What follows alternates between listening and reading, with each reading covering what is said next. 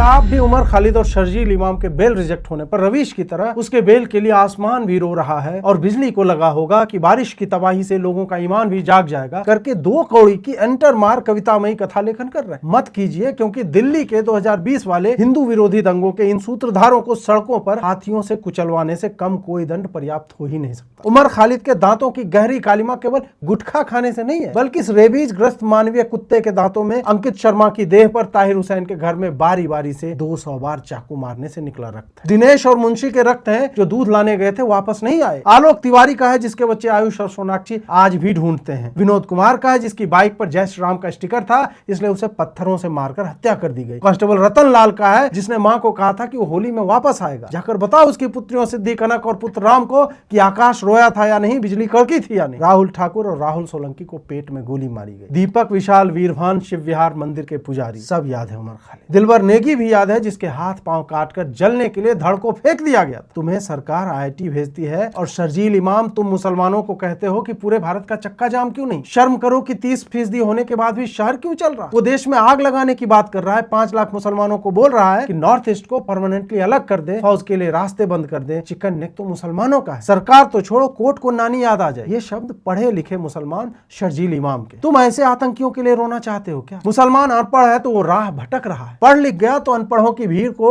देश के विरोध में आजादी के नारे के तले इकट्ठा कर रहा है। वो पूरे भारत को बंद करने के लिए आरजू और ख्वाहिश के नुक्ते बांटता फिर रहा है। हम इनके लिए बेल मांगे जिन्होंने अंकित शर्मा की अतड़ियां फाड़ दी, जिनके उकसाने पर फैसल की छत से गुलेल बनाकर पेट्रोल बम हिंदुओं के घरों पर फेंके गए, उस ताहिर हुसैन के लिए जिसने अपने घर को लॉन्चिंग स्टेशन बना रखा था। तुम्हारे कहने पर एसिड की पाउचें बांटी गई, गंगा जल के नाम से फैक्ट्री बनाई हुई। चांदबाग से हिंदू की बेटी ट्यूशन पढ़कर लौट रही थी, उसके कपड़े नोचे गए, मैं भूल जाओ। हम शाहरुख को अनुराग मिश्रा बताने वाले भड़वों पर विश्वास कर। लोकेंद्र की बेटी शिवानी जिन्हें भाईजान कहा करती थी, उसके विवाह मंडल पर पेट्रोल बम फेंके गए, छत से टाइलें फेंकी गई, जो बारात को लगी, लोग मरे और घायल हुए। गोकुलपुरी की नाली से निकलते हुए शवों को हम भूल जाए। जिन्होंने कोर्ट को नानी याद दिलाने की बातें की थी, उनके लिए ट्रस्टी ऑफ जस्टिस की आहें भरना बंद करो। इन्हें जेल की 4 दीवारों के अंधेरे में इनकी स्पीच सुनाई जानी चाहिए। इन्हें कहा जाना चाहिए कि तुम बेल अप्लाई मत करो, तुम सोचो कि लव आजाद है तेरे, तुम सोचो कि विचार आजाद होते हैं, और वहीं घुटो कि कोई रवीश मेरे नाम पर वीडियो बनाकर कितने पैसे छाप रहा है, और ठीक से डिफेंड करने की जगह बारिश, आसमान और बिजली की घटिया कविताएं।